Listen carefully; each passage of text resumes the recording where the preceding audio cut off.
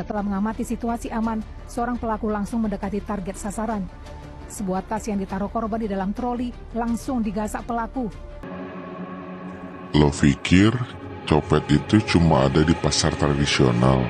Lo salah besar, karena mereka sekarang sudah berevolusi. Udah di KRL, di mall, bahkan di acara konser-konser yang private sekalipun.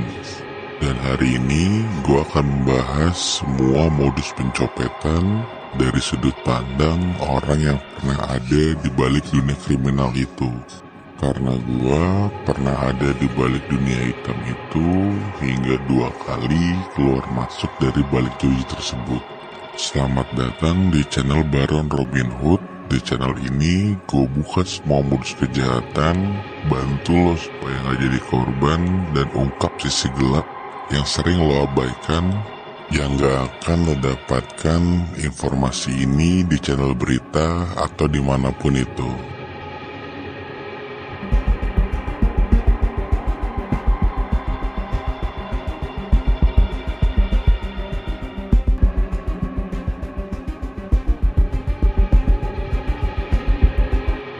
Copet zaman sekarang itu bukan lagi cuma preman kampung, tapi mereka sudah berevolusi dengan pakai jas rapi, pakai pakaian rapi, muka yang ganteng, baby face sekalipun.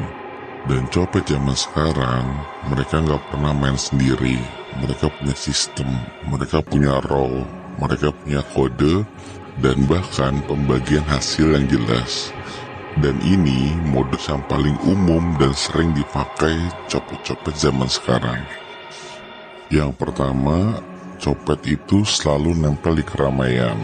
Biasanya waktu orang masuk KRL, MRT, Transjakarta, antri sembako lah, ataupun juga antri konser, dan apapun itu, selama ada keramaian, di situ pasti ada copet yang berkeliaran.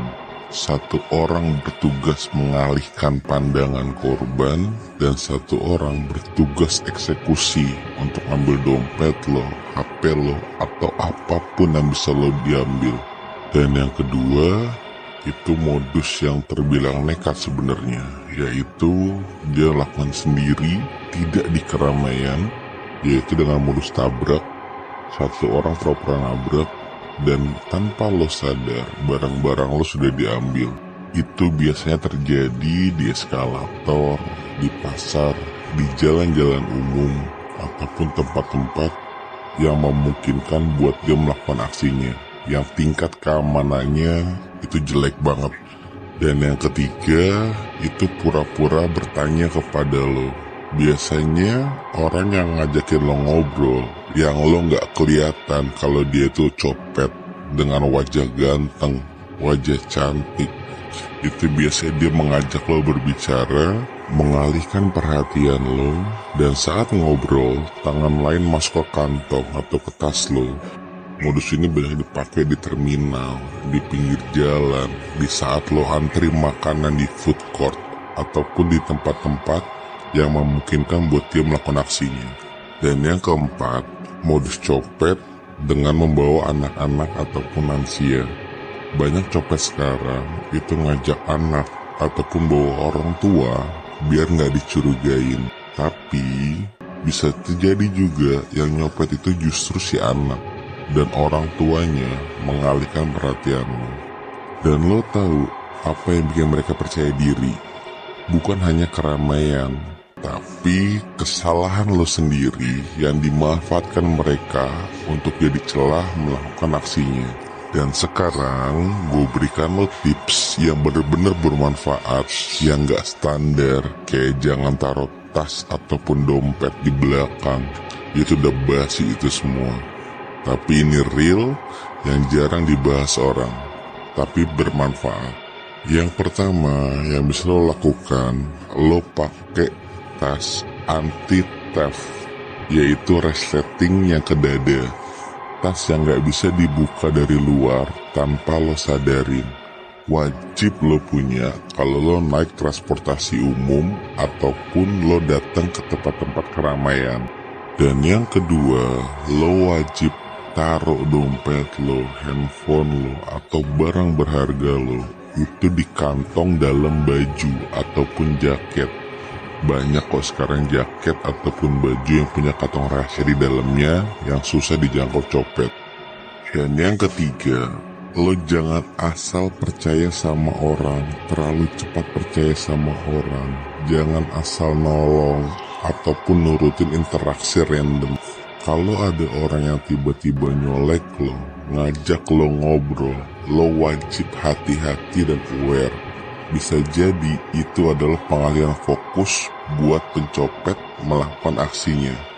Dan yang keempat, lo wajib aware, wajib jaga, dan wajib tidak memberikan celah kepada pelaku pencopetan. Selalu pegang HP lo, taruh tas lo di depan, apalagi di eskalator ataupun tempat-tempat keramaian. Di tempat yang padat kayak mall, stasiun, lo wajib pegang dan taruh di depan. Jangan biarkan tas lo jalan-jalan sendirian di belakang lo. Dan itu yang gue berikan adalah tips pencegahan ataupun biar lo gak jadi target dari pencopetan. Memang copet itu barang kerugiannya tidak terlalu besar karena paling cuma HP, dompet, atau barang-barang yang bisa diambil dengan cepat. Namun tetap saja itu bentuk tindakan kriminal dan lo wajib aware sama diri lo sendiri dan barang-barang lo. Karena copet itu gak pernah kerja asal-asalan. Mereka bukan amatiran, mereka itu terlatih. Mereka baca gestur lo, pelajarin waktu-waktu sibuk, hafal spot CCTV. Dan gue bilang jujur, mereka punya jam terbang. Tapi justru karena itu, sekarang gue pakai pengalaman gue waktu gue di penjara supaya nggak ada lagi orang yang jadi target gampang modus pencopetan.